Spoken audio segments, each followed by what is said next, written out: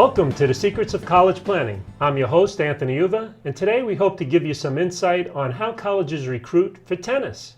So we have our coach here today, Matt Brisotti, and he's the head coach of men's and women's tennis at Drew University. So welcome to the show. Thanks for having me. Yeah, no problem. So usually I start out my guests where they went to college. So where did you go? I went to Drew University. You did? I myself, I attended there from 2008 to 2012. Oh, okay. Played tennis all 4 years there. We won the conference championship all 4 years when I was there too. Made it to NCAA tournaments 3 out of the 4 years I was there. And now I'm kind of where I am now. Oh, that's fantastic. Now, how did you start your career? When did you start in tennis? I played a little bit when I was in kind of elementary school, and then it kind of grew from there once I entered junior high, and then I entered high school. I had great coaching from when I was young, but when I really kind of hit junior high, that's when I really realized like, oh, I can play, and I can play pretty decent. Okay. And then everything just kind of took off from there. I started doing a lot of tournaments and decent amount of tournaments when I was in about ninth grade, eighth, ninth grade, and I kind of did a couple a year. Okay. And that's how I was able to build up a ranking, and then I was able to get recruited. So ranking, is it like a USTA ranking that you get? Yes, that's a USTA ranking. You play in USTA sanctioned tournaments, and certain tournaments are worth certain amounts. Like obviously higher rated tournaments are going to be worth more points in the end. So there's different levels that you have. For each region, it's a little bit different. So it's not all the same for every single region. Yeah. But a lot of the goals for a lot of juniors are to be in that top 75, top 100. Okay. And that's a goal for a lot of juniors. So now what happens, when did you start getting recruited? Was it freshman year of high school, or did it start later? I believe it started around my end of sophomore year to my junior year. Okay. Actually, Drew was the first school I did look at. I did an overnight there, and I really liked it right away. Okay. And I knew that it was a school that would definitely be on my radar. Okay. For sure. I liked the way the campus is set up. I liked the coach. I really liked the facilities, and I liked the team too. Okay. And what ended up happening with other schools? Did you get recruited by other schools? Yes, I got recruited as my high school years went on. I got recruited by more and more schools. I think by the end, there were maybe about a core group, about 10 schools that I was looking at. Wow. A lot of them in New Jersey, New York, Rhode Island, Pennsylvania, that kind of area. I knew I didn't want to go so far away from home. I knew I definitely didn't want to go all the way out to California. Okay. But I knew that I wanted to stay local and also play tennis. That was definitely a big key factor for me. Okay. So now you graduate from college. What did you do to get into tennis as a head coach? Well, the first thing that actually came across for me was when I was still at Drew, I made a connection with a local tennis company that was an expanding business, and I started teaching while still in college. I started in March of my senior year, and after I completed graduation in May, they said, "Hey, how would you like to work here full time?" Wow. And at first I wasn't 100% sure. I was still trying to figure it out. I was like, well, do I want to go back home, or do I, want to potentially, choose a career path?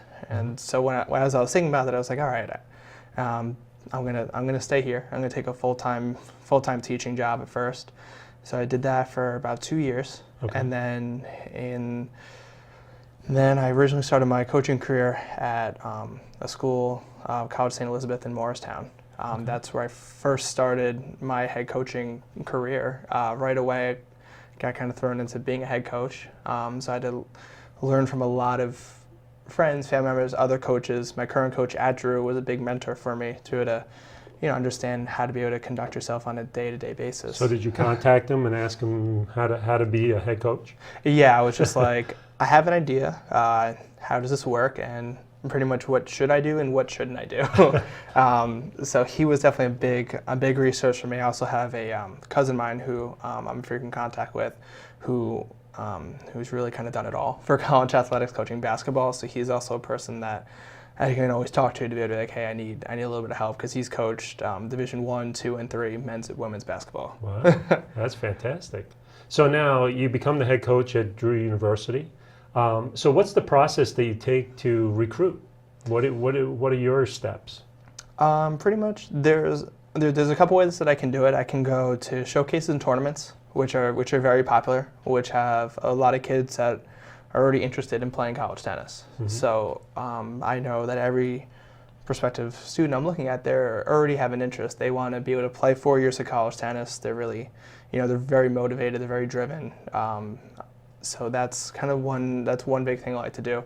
Also, coaches referrals are big. I'll get a call from a coach and say, hey, I have a student here that I think would be good for your program. They work hard. They're this. They work hard and off the court. They keep up with their grades, and they want a smaller school. So I suggested, your school. So this is a person that I like to put you in touch with. Mm-hmm. So those are my two real main avenues to be able to find the number of kids. Do you find any kids from the USTA rankings? Yes. I don't believe the rankings are a definitive way to say that one kid's better than another. But rankings are a way to use of just, kind of generalizing kids a little bit. Sometimes kids are more fortunate than others, and they can go out and they can play 12, 16, 18 tournaments a year. Meanwhile, you might have a couple kids that only play 4 a whole year. Right. So it's all about really kind of getting a basis of like, okay, this person's interested, but then going out and seeing them play. Mm-hmm. Once they're on the court, you can see their demeanor, they can see how they act, they can see how they, just very simply they treat other people, and that's very, very big. I'm a big believer in very high character people, and that's a testament to also the group of students that are there right now at Drew, is that they're all very high character, they all really support each other, and that's kind of the culture that we want to be able to have. So I'm always going to want people who feed into that culture as well. So now, do you look at when you go to the high school level, do you look at the grades? Do you look at the athletic ability? What are you looking for in a high school kid from boy or girl? I'm looking at some grades, because obviously you want to make sure that that the school is the right fit.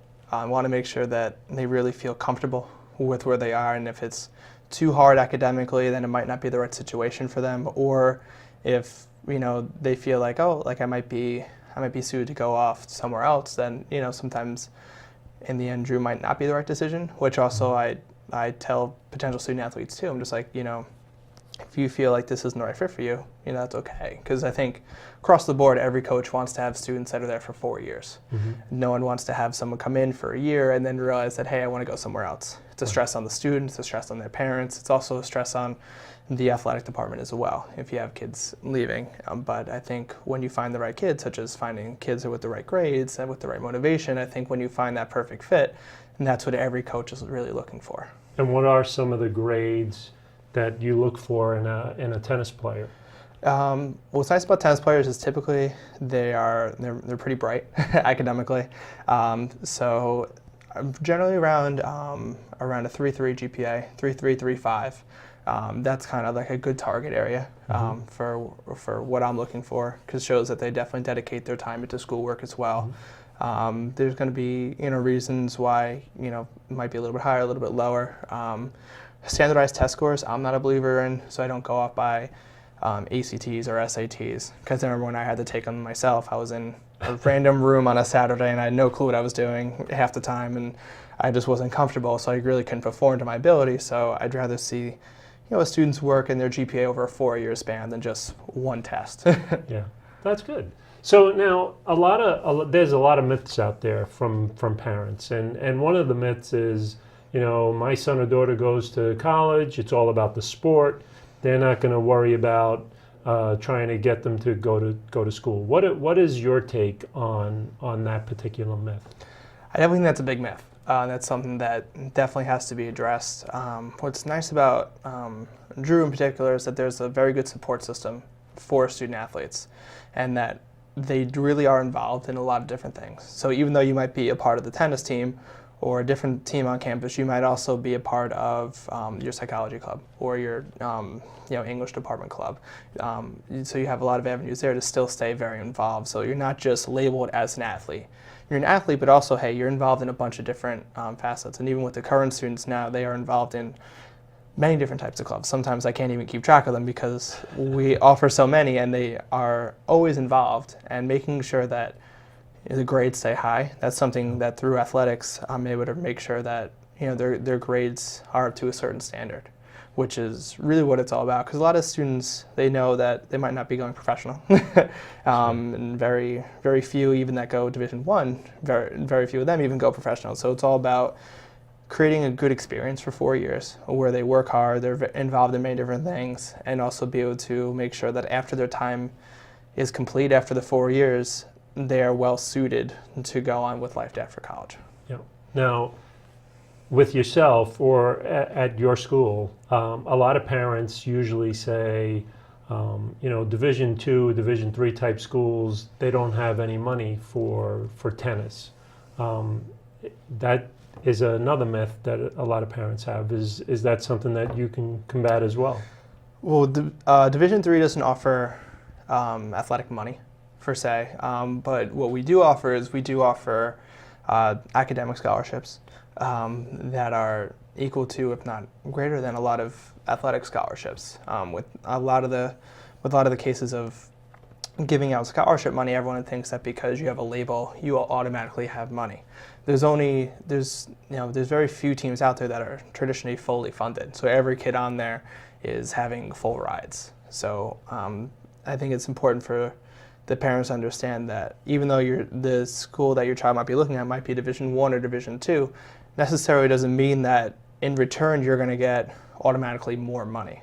It could just be a fact that you might get some money from athletics, but you might not get the same type of academic scholarship that you would have at a different institution. So it's always good to always apply to all different types of schools. Mm-hmm. Even also if it's ones that you're maybe not interested to. It's all about kind of finding what you like and also what you don't like. That's also, as I like to tell a lot of parents and students and prospective students I meet, it's all about finding what you do like and also, more importantly, what you don't like about a school to reaffirm what you do like. Yeah. Now, how does it work at the college level for student athletes? What's the year-round practice schedule? Do you have a fall practice? Do you have a spring schedule? What do they do in the winter, the summer? Is it an all year round type of thing? Well, every sport's a little bit different, but for tennis, we have a fall season that lasts about 4 to 5 weeks in the fall time. So as soon as they come back from the summer, we really try to jump into tennis right away for about 4 or 5 weeks. That's our non-traditional season. So we're not having conference matches or playoff matches or even NCAA tournament. That's all in the springtime. But we do have a non-traditional fall season where we play some tournaments. We play a couple head-to-head matches that are at a conference to kind of gear us up and get ready for the springtime. So after that 4 or 5 week season is over, currently we're in our off season where the students are training and they're doing physical fitness. They're also running captains practices to be able to make sure that they're kind of playing without the organized structure of traditional practice. Then when second semester starts, that's our traditional season. So we will go with our tournament that we host at Drew, and that'll go all the way through till hopefully middle of May with NCAA tournaments. Wow. So the spring season is definitely the meat of the season, but the fall is also very valuable. And do they do anything in the summer? In the summertime, that's going to be all on the student athletes themselves. A lot of the student athletes do work. A lot of them actually teach tennis, so they're always involved in the game as well. I always encourage the student athletes to go out and teach the sport because they'll learn it just on a different kind of level. Mm-hmm.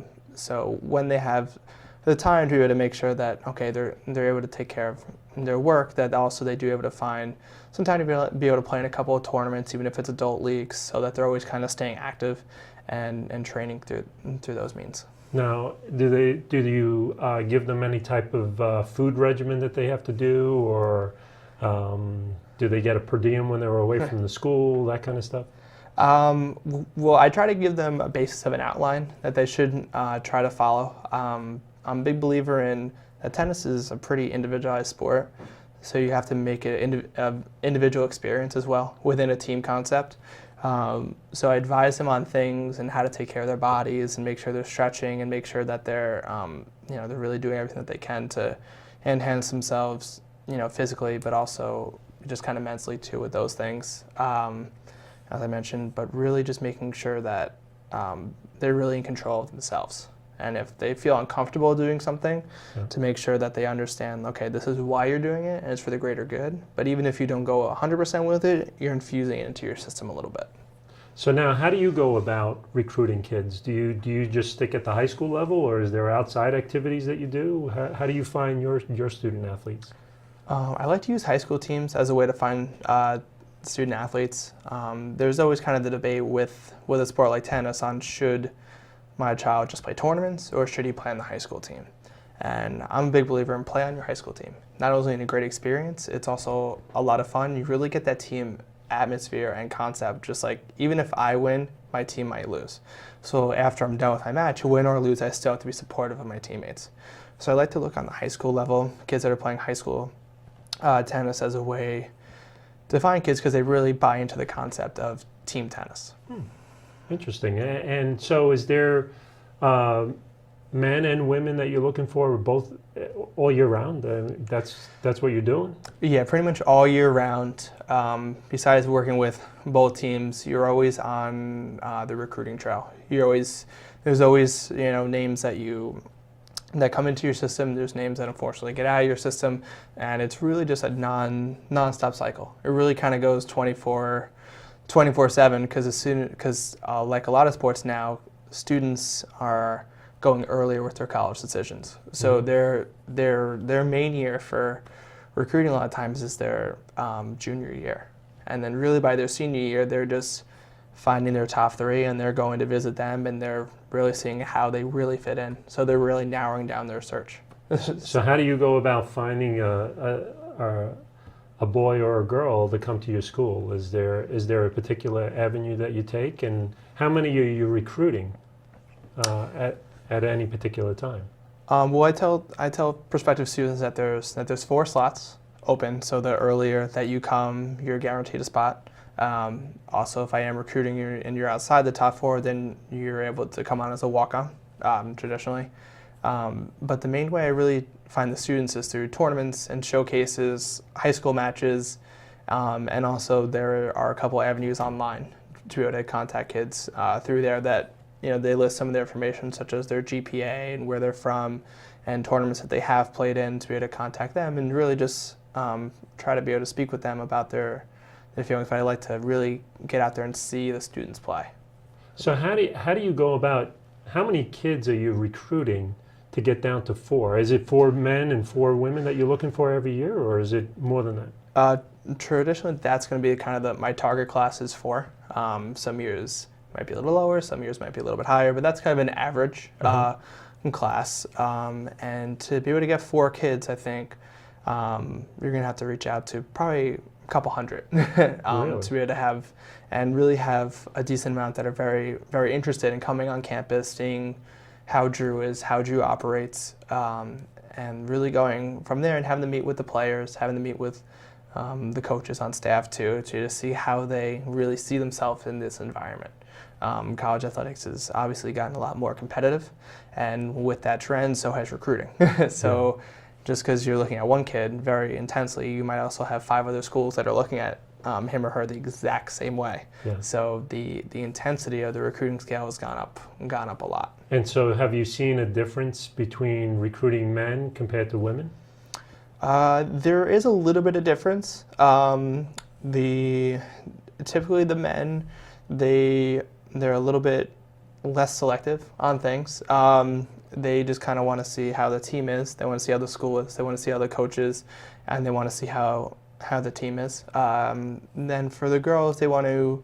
They really do focus a lot on the academics, on how well they do see themselves achieving their academic goals. What programs are offered for them. What also off-campus learning is there as well, because Drew offers a lot of learning outside the classroom because we're located near New York City, and really trying to take advantage of all those academic opportunities as well as athletic with the team chemistry as well. So now, how do you go about defining the men's and women's at the college level? Are they both at the same time? Are you coaching at the same time in the fall and in the spring, men's and women's? Yes, so I'm coaching both teams at the same time.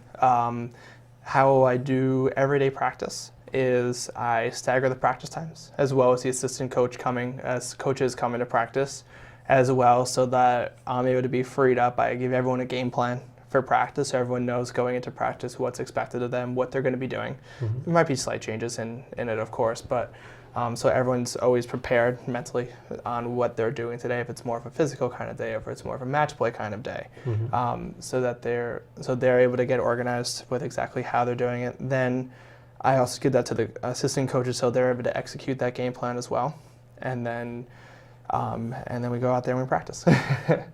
Geez, that's a lot of practice time. It's a lot, but it always makes you better though. So that's always the key. Yeah, absolutely. So is there a particular area that you focus on, is where you find a lot of kids that are playing tennis, or do you pretty much comb the whole country? I like to go. I like to stay in the Northeast area.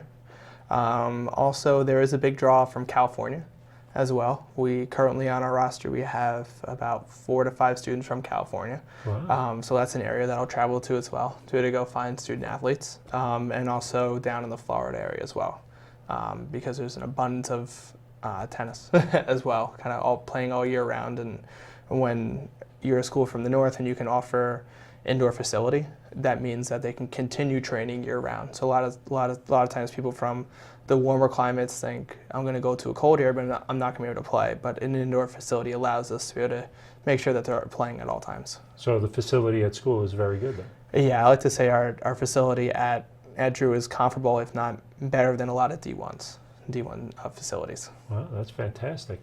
Now, that brings up another point then. Is there budgets for all these different type of sports where you can recruit everywhere, or do some sports don't get any kind of money and some sports do?